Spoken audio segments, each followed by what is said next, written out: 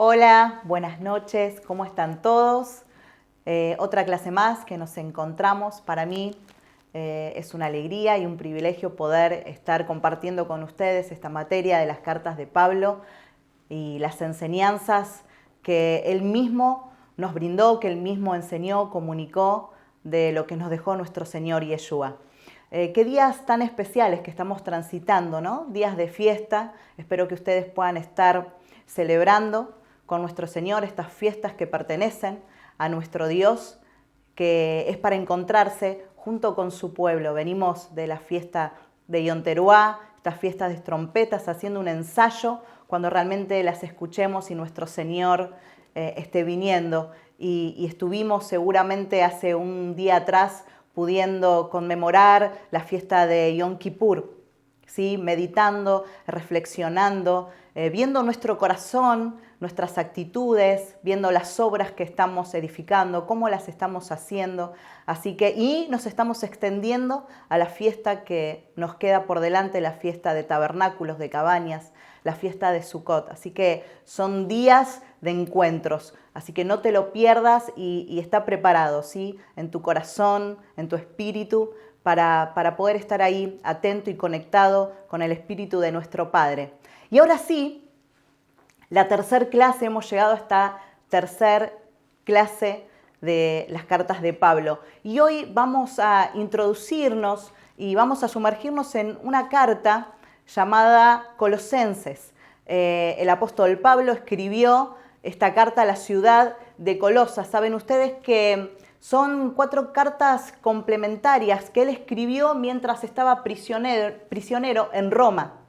Y estas cartas fueron la de Efesios, la de Filipenses, la de Colosenses y esa carta tan cortita escrita a Filemón. Así que se las llama o se las conoce como las cartas que son la anatomía de la iglesia, porque de alguna manera cubren toda la doctrina de nuestra fe.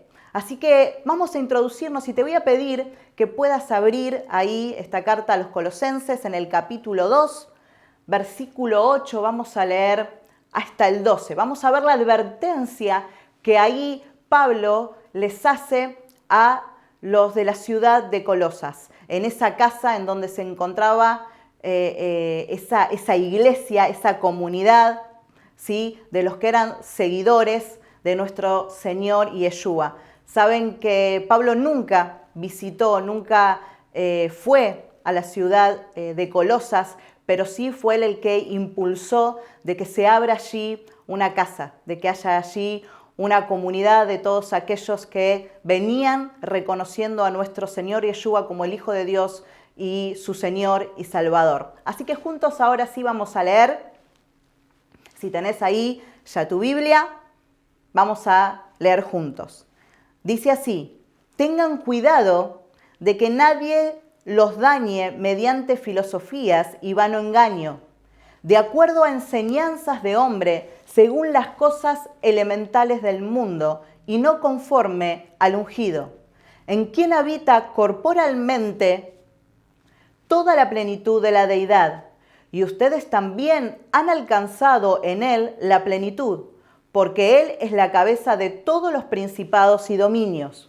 Y en él fueron circuncidados con una circuncisión no hecha por manos, para quitar la carne de pecados, mediante la circuncisión del ungido. Y fueron sepultados en él en el bautismo, por el cual resucitaron con él, porque creyeron en el poder de Dios que lo resucitó de entre los muertos. Acá el apóstol Pablo les estaba escribiendo que tuvieran sumamente cuidado sobre las filosofías, ¿sí? Y vanos engaños, que tuvieran cuidado de las enseñanzas de esos hombres, ¿sí? Que venían con huecas sutilezas.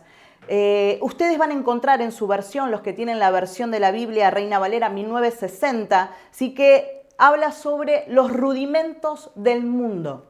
La palabra rudimento significa iniciación.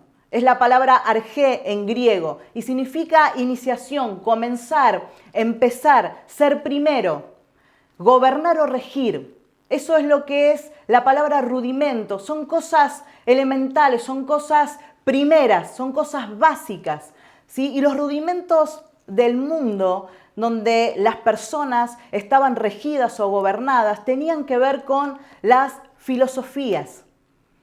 Filosofías que eran promovidas por varios hombres, ¿sí? Que generaron idiosincrasias, que generaron ideas, que generaron dogmas, doctrinas sobre los hombres. La palabra filosofía es una palabra griega también y deriva de la palabra fileo, ¿sí? Y Sofía es la diosa pagana de la sabiduría. Fileo significa amor, ¿sí? Y Sofía quiere decir la diosa pagana de la sabiduría. Así que filosofía tenía que ver con el amor a la sabiduría. No la sabiduría que viene de lo alto, de una sabiduría celestial, de una sabiduría divina, sino una sabiduría, como bien el apóstol Santiago nos dice en su carta, que es animal, es terrenal y es diabólica. Porque lo que hacían estas filosofías, lo que hacían estas enseñanzas, eran poder de alguna manera envolver a las personas, ¿sí? Y alejarlos del verdadero conocimiento, de la verdadera enseñanza que nos dejó nuestro Señor y del verdadero conocimiento y poder acercarnos a nuestro Dios y cómo fueron creadas todas las cosas. Por eso ahí, en el capítulo 2, como leímos recién de esta carta, Pablo hace toda una explicación. Saben que en ese tiempo, la iglesia de ese tiempo estaba siendo afectada por las filosofías de los epicúreos y los estoicos. En el libro de los Hechos, que ahora vamos a leer juntos en el capítulo 17, versículo 16 hasta el 23, ahí nos habla de cómo estaban presentes en medio de la iglesia primitiva, esa iglesia que recién comenzaba, del siglo I, ¿sí? Las doctrinas de los epicúreos y los estoicos. Vamos a leer juntos. Hechos 17, desde el versículo 16. Y estando Pablo esperando en Atenas, se enardecía en su espíritu cuando veía a toda la ciudad llena de ídolos, y hablaba en la sinagoga con los judíos y con los que reverenciaban a Dios, y en la plaza cada día con los que se encontraban presentes. Y también pretendían con él los filósofos de la doctrina de Epicuro y otros llamados estoicos. Y algunos de ellos decían, ¿qué desea este charlatán? Y otros decían, proclama a dioses extraños, porque les anunciaba a Yeshua y su resurrección. Entonces lo tomaron y lo trajeron ante la corte, que era llamada Areópago, y le decían, ¿podemos saber qué nueva doctrina es esta que tú proclamas? ¿Por qué difundes palabras extrañas a nuestros oídos? Por tanto, deseamos saber qué significan estas cosas. Porque todos los atenienses y los extranjeros que allí llegaban no se ocupaban en otra cosa que en decir o escuchar algo nuevo. Y poniéndose Pablo de pies en medio del Areópago, dijo, varones atenienses, veo que en todos son ustedes los más grandes adoradores de espíritus malignos. Porque mientras yo pasaba y veía el templo donde adoran, encontré un altar que tenía en esta inscripción, al Dios desconocido. Por tanto, al que ustedes adoran, aunque no lo conocen, es el mismo que yo les anuncio. Acá podemos ver cómo se encontraban estas corrientes, estas doctrinas, los estoicos, los epicúreos, ¿sí? Estos varones atenienses, como bien Pablo decían, ustedes, la verdad que tienen muchos dioses. Hay muchos ídolos, hasta tienen uno que ustedes desconocen, que es el que yo les estoy anunciando, ¿sí? Que está por encima de todos estos, que ni siquiera ustedes conocen, que no los puede llevar a la verdad de todas las cosas. Y ahí Pablo discutía y estaba proclamando de Yeshua y su resurrección. Fíjense que los hombres estaban totalmente influenciados y eran atraídos y de alguna manera eran arrastrados por todas estas corrientes. Saben que la palabra epicúreo obviamente significa alguien que sigue la doctrina del hedonismo.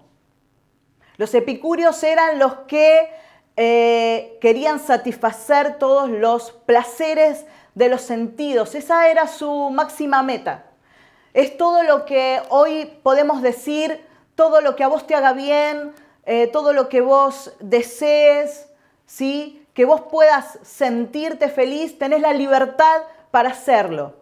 Eso era lo que ellos de alguna manera proclamaban e incitaban a los demás hombres que así también lo hicieran. Y después estaban los estoicos, que estaban un poco enfrentados, ¿sí?, a los epicúreos, y ellos, la filosofía que ellos seguían o que practicaban era al revés, era lo contrario, era el dominio de las pasiones, ¿sí? Y ellos, digamos, de alguna manera, su vida tenía que ver con la virtud y con la razón. Así que estaban unos que decían, no, ustedes lo que a ustedes les haga sentir bien, eso es para poder alcanzar la felicidad y ustedes puedan hallar una pseudo libertad. En cambio, los estoicos decían, no, hay que dominar, las pasiones. Sí, hay que buscar la virtud y la razón. Y ahí estaban estas diferentes filosofías. Y otra que fue una de las primeras y la más importante que estaba en ese tiempo de la iglesia primitiva, de la iglesia del siglo I, era el gnosticismo. Eran los gnósticos. Estos gnósticos era una filosofía mística secreta de la salvación. De alguna manera ellos creían en una dualidad. Para ellos el bien se contraponía al mal, lo espiritual a lo material, el espíritu frente al cuerpo. Ellos eran los que promulgaban, los que promovían de que Yeshua no había venido en carne. Por eso en el libro de Primera de Juan, del apóstol Juan, en esa carta, en su primera carta, en el capítulo 4, versículo 2, después vos lo vas a anotar y lo vas a buscar, vas a ver cómo el apóstol les advertía y dijo, ojo con aquellos que niegan la encarnación de Yeshua, porque Yeshua vino en carne, el verbo se hizo carne, como habla bien en el Evangelio, y habitó con nosotros. Y bien el Señor se hacía llamar el Hijo del Hombre. Y cómo Él no se dio ante la tentación en su carne, sino que siempre Él estaba orando. Y en el momento en el que Él pudo decirle en ese monte, ¿sí?, Señor, pasa de mí esta copa. Él no se dio, sino que padeció la tentación. Él padeció ahí porque estaba siendo confrontado para poder ceder y el Señor no lo hizo y tuvo victoria sobre la carne. Tuvo victoria sobre el cuerpo material y toda la carne y todo su cuerpo físico fue sujeto a la voluntad del Señor. Por eso tenemos gran ejemplo en nuestro Señor nosotros. Porque si también resistimos, si también libramos lucha y sometemos nuestra carne para que obedezca a la voluntad de nuestro Dios, ahí nosotros vámonos elevando en todo nuestro hombre interior. Y ahí es como toda nuestra alma, ¿sí?, va sujetándose a todo lo que nuestro Señor quiere. Todos nuestros sentidos, nuestras pasiones están sometidas, están sujetas, ¿sí?, al Espíritu de nuestro Señor. Así que los gnósticos, que solamente ellos querían elevar toda la cuestión espiritual, que no estaría mal esa doctrina, pero ellos decían que todo lo material, que el cuerpo físico era malo, ¿sí? Y no es así. Todo lo que nuestro Señor consiguió fue encarnado, fue en este cuerpo de carne que Él tuvo y tuvo victoria sobre el pecado, más allá que Él no fue concebido en pecado, pero fue ejemplo para nosotros, es ejemplo para nosotros de cómo nosotros podemos dominar, cómo nosotros podemos sujetar todas esas pasiones, ¿sí?, que moran en nuestro cuerpo de carne, donde están ahí los deseos carnales. Por eso Pablo en la carta a los Gálatas, él les dice: muchachos, queridos, no satisfagan los deseos de la carne, sino que cultiven el fruto del Espíritu, porque eso uno lo puede someter y lo puede doblegar, porque hay una vida que viene en nosotros, y aquel que lo pudo hacer, aquel que tuvo victoria sobre eso, también vive en nosotros. Por eso, por su gracia, nosotros podemos lograrlo, porque eso es gracia. Y vuelvo a recordarlo, como ya se nos fue enseñado. Gracia es poder, nos empodera para vivir una vida santa en un mundo, ¿sí?, donde está pervertido, en un mundo donde está bajo el pecado y está sin Dios. Así que de eso se trataba el gnosticismo, ¿sí? Y también había por ahí otro filósofo griego llamado Empedocles. ¿Sí? Él promovía toda una doctrina de la cosmología, la combinación de los 4 elementos como los conocemos y la transmigración del alma. Todo eso obviamente venía de la escuela de Platón, ¿sí?, de esas escuelas griegas desde antes de nuestro Señor Yeshua, ¿sí? Y ahí estaban todos estos sofismas vanos, eran argumentos falsos y capciosos que pretenden ser verdaderos, pero no lo son, y que atentaban contra la enseñanza de nuestro Señor Yeshua. Por eso acá Pablo está diciendo: cuidado con los rudimentos del mundo.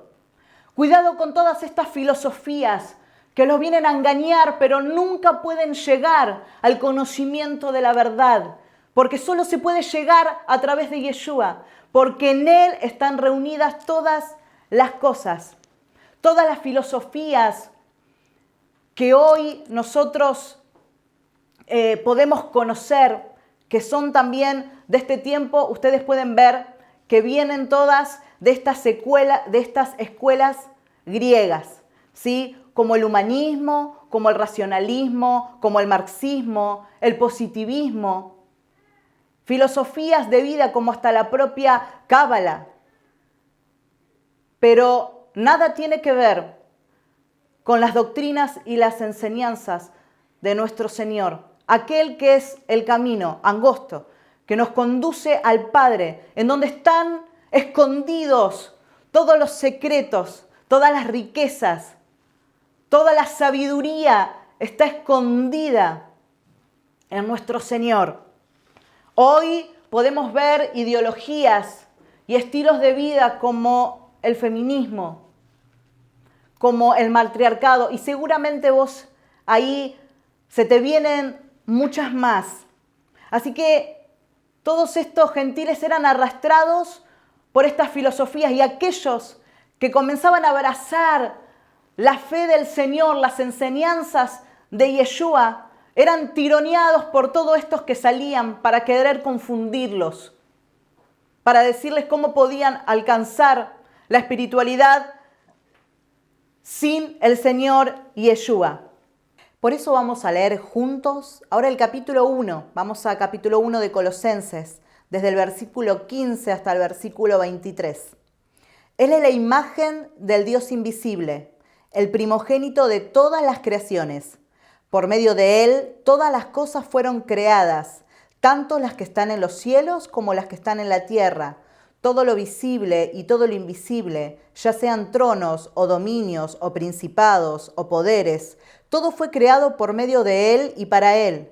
Él es antes que todas las cosas, y todas las cosas por Él existen. Él es la cabeza del cuerpo, que es la iglesia, porque Él es el principio y el primogénito de entre los muertos, para que Él tenga la primacía en todo. Porque agradó a Dios que habitara en Él toda la plenitud, y por medio de él reconciliar todas las cosas consigo, ya sean las que están en la tierra como las que están en los cielos, habiendo hecho la paz por medio de la sangre de su cruz. También a ustedes, que en otro tiempo eran extraños y adversarios en sus mentes por sus malas acciones, ahora les ha dado paz mediante el cuerpo de su carne y por medio de su muerte, para presentarlos santos, sin mancha e irreprensibles delante de él. Si persisten en su fe y su fundamento permanece firme, sin moverse de la esperanza del Evangelio que han escuchado, el cual ha sido proclamado a toda criatura que está debajo del cielo, del cual yo, Pablo, fui constituido ministro. Bien, vamos a leer hasta ese versículo 23. De lo que recién leímos en el capítulo 2, dando las advertencias de los rudimentos del mundo, de estas filosofías que afectaban a los hombres y no dejaban que viniera el verdadero conocimiento, el verdadero evangelio de nuestro Dios, del mensaje de señorío y de salvación de Yeshua. Acá Pablo en este capítulo está hablando, está declarando, ¿sí?, sobre la persona de Yeshua. Está hablando sobre su posición. Está hablando sobre la verdad del evangelio. Fíjense que el panteísmo, otra de las corrientes y filosofías, pan significa todo, teísmo, Dios, que todo es Dios, ¿sí? La naturaleza, el universo, todo es Dios. Hoy, de hecho, podemos ver cómo muchas personas agradecen al universo sobre las cosas que suceden. Y acá Pablo, en este capítulo 1, asienta, fundamenta la doctrina del Evangelio y habla sobre la persona de Yeshua, diciendo que todas las cosas por él existen, que él es el primogénito de toda creación, que él es la cabeza del cuerpo, que toda la plenitud de la deidad habita corporalmente en Yeshua, en el ungido, en nuestro Señor.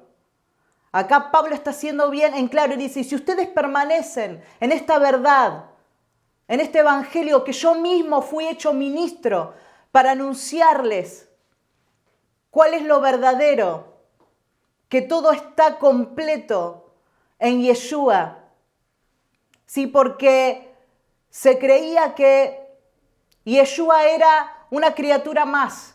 De todas las series de las creaciones era alguien más. Y él está diciendo, no. Él tiene toda la primacía. Él es el primero. En él todo subsiste.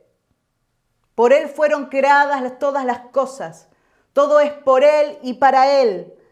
Y ahí en el versículo 24, quiero volver a resaltar. Dice así, en el versículo 21, y dice, también ustedes, que en otro tiempo, ustedes eran extraños, eran adversarios en su mente por sus malas acciones, por todos aquellos que ustedes creían y abrazaban, todas esas filosofías engañosas. Ahora, dice, ahora les ha dado paz mediante el cuerpo de su carne y por medio de su muerte, para presentarlos a ustedes sin mancha e irreprensibles delante de él. Si ustedes persisten en esta fe, en este evangelio verdadero que ustedes abrazaron hoy, ustedes permanecen firmes y sin moverse de esta esperanza, ¿sí?, que ustedes escucharon, ustedes van a ser inamovibles. Nada los va a mover y ustedes van a estar fundados en la verdad. Vamos a leer así juntos el versículo 26. De ahí del 23 vas a saltar al 26. Y sigue diciendo el apóstol Pablo, el misterio que permaneció escondido por edades y por generaciones, pero en el presente ha sido revelado a sus santificados, a quienes Dios quiso revelar cuál es la riqueza de la gloria de este misterio entre los gentiles, que es el ungido en ustedes, que es el Mesías en ustedes, Yeshua, la esperanza de nuestra gloria, a quien proclamamos, enseñamos y exponemos a todo hombre con toda sabiduría para presentar a todo hombre maduro en Yeshua. Pablo es totalmente claro en todos estos versículos en la carta a los Colosenses. Está diciendo sobre la verdad del Evangelio, sobre quién es Yeshua, su persona, su posición, sobre todas las riquezas, los misterios escondidos. Ahora se reveló mediante Yeshua, nuestro Señor, entre nosotros, aquellos que estábamos lejos y también para aquellos que estaban cerca, para judíos y para gentiles. Y sabes que en Deuteronomio, capítulo 18, versículo 18 y 19, vas a ir conmigo al libro de Deuteronomio, vos vas a ver ahí sobre cómo el Señor Yeshua fue prometido en la profecía de Moisés. Si lo tenés, lo vamos a leer juntos. Dice así: yo levantaré para ellos un profeta como tú de entre tus hermanos. Yo pondré mis palabras en su boca y él les dirá todo lo que yo les ordene. Cualquiera que no escuche a mis palabras, las cuales él hablará en mi nombre, tendrá que rendirme cuenta a mí. Ahí está, miren ustedes, en Deuteronomio, esa profecía de Moisés hablando que el Señor nos iba a levantar un profeta y más que profeta, su propio Hijo, para hablarnos y revelarnos todas las sabidurías, los misterios. Dice, y todo aquel que escuche y pueda oír inteligentemente, y no solo oír, sino obedezca a su palabra, también tendrá parte conmigo. También será heredero y coheredero. Así que en el libro ahí de Hebreos, capítulo 1, versículo 1 y 2, vos ahí lo vas a notar. En ese libro Pablo nos dice que antes, en tiempos pasados, Dios les habló a los padres por medio de sus siervos, los profetas, como lo hizo acá, lo vemos desde Moisés, porque todos los profetas hablan de Yeshua. Todos los profetas, si vos podés revisar cada uno de los libros proféticos, vas a encontrar que todos hablan del Mesías prometido, que todos están hablando de Yeshua. Porque el espíritu de la profecía es el testimonio de Yeshua. Todos los profetas hablaron de Yeshua, el propio Moisés, ahí donde leímos, en Deuteronomio 18. Y antes así habló Dios a los padres, por medio de los siervos, los profetas. Pero ahora, hace 2000 años atrás, Él nos habló y nos sigue hablando a través de su Hijo, para que nosotros podamos escuchar a Él, podamos escuchar y obedecer. Por eso, en Hebreos capítulo 6, Pablo enumera bien el versículo 1 y el versículo 2, la doctrina del ungido, la doctrina de Yeshua. Y él las enumera y habla sobre el arrepentimiento de obras muertas, sobre la fe en Dios, sobre la doctrina de bautismos, sobre la imposición de manos, sobre la resurrección de los muertos y juicio eterno. Son cosas basales, como dijimos hoy al comienzo de la clase, lo que son los rudimentos. Son cosas primeras, elementales, basales de nuestra fe. Así están los rudimentos del mundo, todas estas filosofías que nada nos conducen a la verdad, que no podemos alcanzar el conocimiento de la verdad, de las riquezas y de las sabidurías de nuestro Dios. pero sí a través de las cosas basales de la doctrina, de las enseñanzas de nuestro Señor. El arrepentimiento de obras muertas. ¿De qué obras muertas nos tenemos que arrepentir? Justamente de los rudimentos, de las filosofías que el mundo, que hombres con espíritus engañosos nos quisieron arrastrar sobre esas corrientes. Sabidurías de este mundo, sabiduría terrenal, que no nos dejan alcanzar la verdad. Entonces, cuando la persona llegaba al Señor, hacía este paso, hacía esta decisión de poder dejar todas esas filosofías por las que había sido atravesado, las que abrazaba, las que había aprendido, y hacía un arrepentimiento de fe en Dios, de doctrina de bautismo. Y saben que los rabinos describieron a la Torá, describieron a la ley como una cerca protectora alrededor del pueblo de Dios.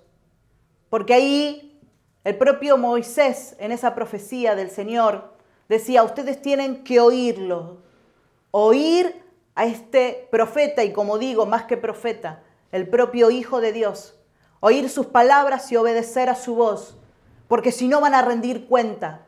Si no, todo hombre, el Señor dice, me rendirá cuenta. Va a ser juzgado y también va a ser condenado por aquello que oyó y no obedeció. Entonces, como recién les decía, el poder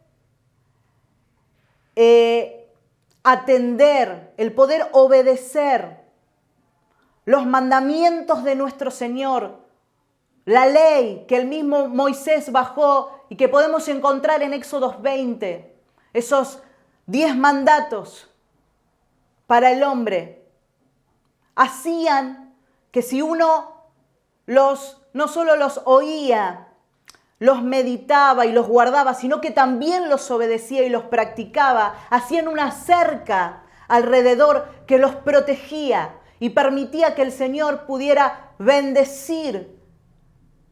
Y ellos se hallaban en una protección, bajo una protección, y nada los podía tocar. Pero todos aquellos que no obedecían se encontraban bajo maldición porque estaban fuera de esa propia cerca.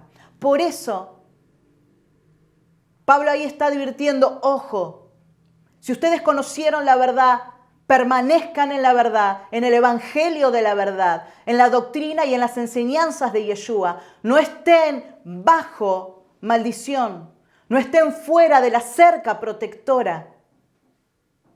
Pero hay algo que el Señor advirtió hace también muchos años atrás, en los tiempos de Moisés. Ojo, que nadie agregue o pueda sustraer algo de la ley.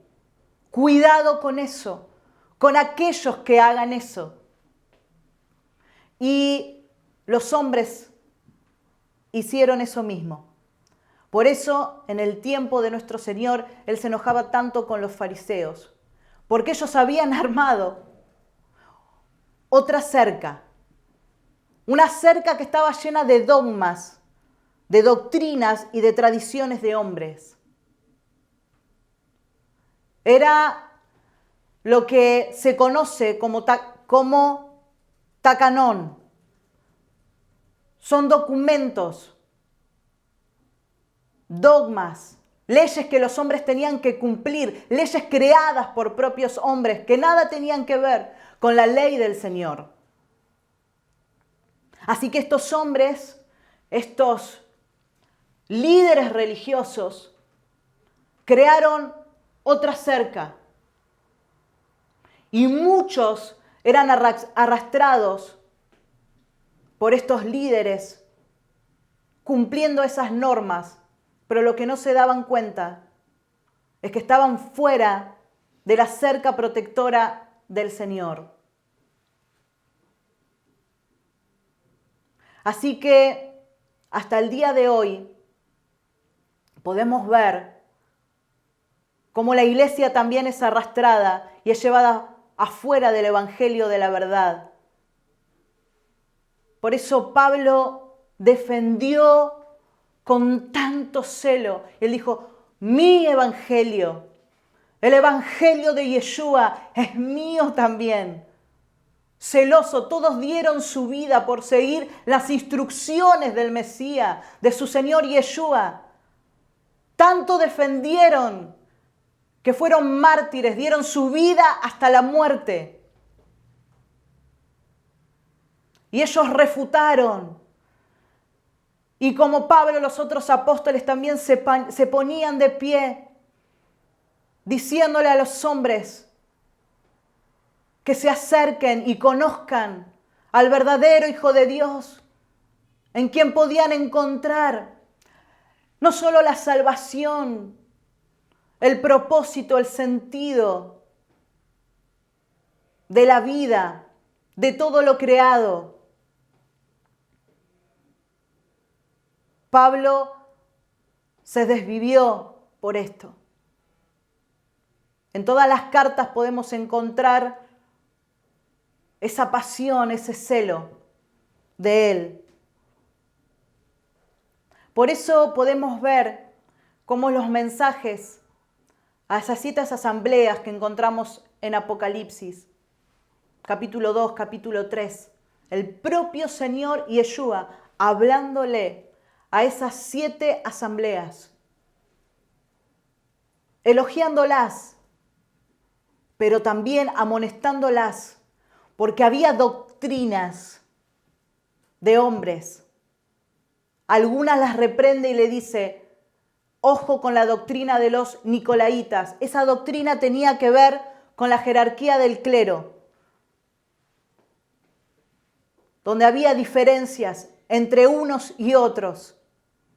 Estaba la doctrina también de Balaam, falsos profetas, engañadores, transgredían y manchaban la verdad del evangelio por cuestiones de dinero. Estaba otra cosa que se movía en las iglesias, el espíritu de Jezabel, hechicería, manipulación, control, en medio de su iglesia, en medio de los líderes. ¿Cuántas cosas? Hoy también la iglesia se ha metido, también se han infiltrado dentro de las comunidades de fe para apartarlas de las enseñanzas del verdadero evangelio. Movimientos apostólicos y proféticos, promoviendo el ministerio de la prosperidad. Y no es solamente para hablar mal, no es la intención de esta clase, pero sí tiene que ver con separación. Y no podemos permitir esto dentro de nuestras comunidades, no dentro de nuestras congregaciones. Tenemos que rever qué es lo que estamos haciendo, cómo estamos trabajando para que otros alcancen y conozcan la verdad del evangelio. Si solamente tratamos con las personas y queremos arreglarles cuestiones de su alma, problemáticas para que las personas se puedan sentir bien, eso no nos fue mandado. Vamos a leer juntos cómo el Señor Yeshua les da la última instrucción a sus discípulos antes de ascender. Para eso vamos a ir a Mateo capítulo 18, versículo 19, 20. Ustedes van a ver ahí cuál es la última orden que Yeshua les da a sus discípulos antes de ascender. Dice así: por tanto, id y haced discípulos a todas las naciones, bautizándolos en el nombre del Padre y del Hijo y del Espíritu Santo, enseñándoles que guarden todas las cosas que yo les he mandado. Y he aquí, yo estoy con vosotros todos los días hasta el fin del mundo. Amén. En Marcos capítulo 16, versículo 15 hasta el 18, dice esto. Y les dijo: id por todo el mundo y predicad el evangelio a toda criatura. El que creyere y fuere bautizado será salvo, mas el que no creyere será condenado. Y estas señales seguirán a los que creen. En mi nombre echarán fuera demonios, hablarán nuevas lenguas, tomarán en las manos serpientes, y si bebieren cosas mortíferas no les hará daño. Sobre los enfermos pondrán sus manos y ellos sanarán.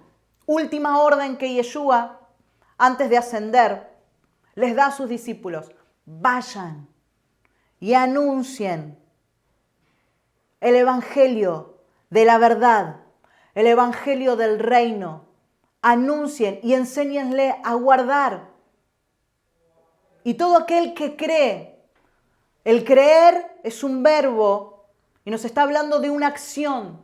Todo aquel que cree y obedece y deja su vieja manera de vivir, que está envuelta de todas esas filosofías engañosas, sabidurías de hombres, y abraza la sabiduría divina, abraza el evangelio de Yeshua y comienza a practicar sus enseñanzas, se arrepiente, comienza a tener fe en Dios, deja que la obra del Espíritu comience a operar en él y es bautizado. ¿Por qué es tan importante el bautismo? Ustedes fíjense que uno de los rudimentos habla de doctrina de bautismos. No hay uno solo, se ve que hay varios. Ese que conocemos nosotros, el primero, es el que Juan el Bautista, el primo de nuestro Señor, estaba haciendo. Y él bautizaba y decía: el reino de los cielos se ha acercado, arrepiéntanse de sus pecados, de sus malas acciones y vengan a conocer lo verdadero. Juan lo que estaba haciendo era una inversión total del cuerpo en una mikvé. Eso significa ese bautismo en agua, agua que corre. Porque eso nos demostraba que uno se sumergía totalmente y dejaba que el agua que corriera quitara toda esa pasada manera de vivir, con todas esas malas obras, con todos esos pecados, y cuando salíamos teníamos una vida, la vida de Yeshua en nosotros. Hacía una separación de una vida pasada, de cosas antiguas, para una vida nueva. En Lucas capítulo 12, versículo 49 y 50, ustedes pueden ver que el Señor dice: fuego vine a echar a la tierra, ¿y qué quiero si ya se ha encendido? En el versículo 50 dice: de un bautismo tengo que ser bautizado, y cómo me angustio hasta que se cumpla. Y en Hechos 2 vemos como el Señor le dijo: vayan ahí, esperen juntos en el aposento alto, que va a venir un poder, un bautismo de fuego que los va a revestir para todo lo que yo los comisioné. Y vayan y hagan. Y los discípulos y los apóstoles ponían las manos sobre los enfermos y ellos eran sanados. Y cuántas señales y milagros los seguían. También nos habla del bautismo de sufrimiento en el capítulo del Evangelio de Mateo, capítulo 20, versículo 20-23. Vamos a leerlos rápidamente. Dice así: entonces se le acercó la madre de los hijos de Zebedeo con sus hijos, postrándose ante él y pidiéndole algo. Él le dijo: ¿qué quieres? Ella le dijo: ordena que en tu reino se sienten estos dos hijos míos, el uno a tu derecha y el otro a tu izquierda. Entonces Jesús respondió: no sabéis lo que pedís. ¿Podés beber del vaso que yo he de beber y ser bautizados con el bautismo con que yo soy bautizado? Y ellos dijeron, podemos. Él les dijo, a la verdad de mi vaso beberéis, y con el bautismo con que yo soy bautizado, ustedes serán bautizados. Pero el sentarse a mi derecha y a mi izquierda no es mío darlo, sino aquellos para quienes está preparado por mi Padre. Qué bárbaro, ¿no? Ahí la madre de estos dos discípulos queriendo acomodarlos, queriendo buscar un lugar de privilegio. Y el Señor le dice, ¿acaso ustedes pueden también beber y pueden participar de ese bautismo del que yo voy a ser bautizado? Y ellos dijeron, sí, Señor, podemos. No entendían, no sabían lo que el Señor se estaba refiriendo, un bautismo de sufrimiento, esa copa que él tenía que beber. Pero después el Señor dice, pero el sentarse a mi diestra o a mi siniestra, a mi izquierda, eso no me compete a mí. Al final los discípulos y su madre quisieron ir en busca de eso y se encontraron con otra cosa. El Señor dice, ustedes también van a ser bautizados entonces. Y así fue. Todos padecieron, fueron perseguidos y también se los ejecutó, se los martirizó también, como le pasó a nuestro Señor. Por eso los bautismos tienen que ver con separación. Y cómo nos duele cuando otros creen pero no obedecen. Por eso el Señor, y voy a leer el último pasaje, en Mateo capítulo 10, 34-39, declara y afirma algo y dice, no penséis que he venido para traer paz a la tierra. No he venido para traer paz, sino espada. Porque he venido para poner en disensión al hombre contra su padre, a la hija contra su madre y a la nuera contra su suegra. Y los enemigos del hombre serán los de su casa. El que ama a padre o madre más que a mí no es digno de mí. El que ama a hijo o a hija más que a mí no es digno de mí. Y el que no toma su cruz y sigue en pos de mí no es digno de mí. El que haya su vida, la perderá. Y el que pierde su vida por causa de mí, la hallará. Morir con Él para resucitar con Él. Y ustedes ahí en su casa también van a leer en el libro de los Hechos, el capítulo 2, 38, 41. Donde cómo nos identificamos con Yeshua en el bautismo. Así somos bautizados en el nombre de Yeshua para morir con Él y resucitar con Él. Separados, apartados. Todos aquellos que también padecen con el Señor como Él lo hizo, aprendemos obediencia y por esa obediencia somos nosotros perfeccionados. Si somos perseguidos por hacer lo bueno, lo correcto, somos participantes con el Señor. Los que no han sufrido, no han conocido esa participación con el Señor Yeshua. Para finalizar esta clase, quiero hacer uso de las palabras que dijo el apóstol Pedro en su epístola segunda de Pedro, capítulo 1, versículo 12. Yo no dejaré de recordarles siempre estas cosas, aunque ustedes las sepan y estén confirmados en la verdad presente. Aunque ustedes sepan sobre los rudimentos de la doctrina de nuestro Señor, sobre el arrepentimiento de obras muertas, sobre la doctrina de bautismo, sobre el juicio eterno, Pedro decía a sus discípulos, a sus ovejas, yo no voy a dejar de recordarles estas cosas. No vaya a ser cosa que ustedes se desvíen de la verdad y dejen de alcanzar a Yeshua, dejen de alcanzar el conocimiento verdadero, ¿sí? Y por ahí estemos de alguna manera contaminados o afectados por filosofías, por sabidurías de este mundo. Así que, como iglesia, queridos amigos, veamos bien cómo estamos con lo que nuestro Señor nos dijo, con aquello que fuimos comisionados, con lo que tenemos que hacer. Enseñemos a otros, llevémoslos a nuestro Señor Yeshua. Hagamos discípulos a las personas de nuestro Señor Yeshua. Anunciemos el Evangelio de verdad. Anunciemos para que guarden todas las cosas que nuestro Señor nos mandó. Nos estamos viendo en la próxima clase. Les mando cariño grande para todos. Chau, chau.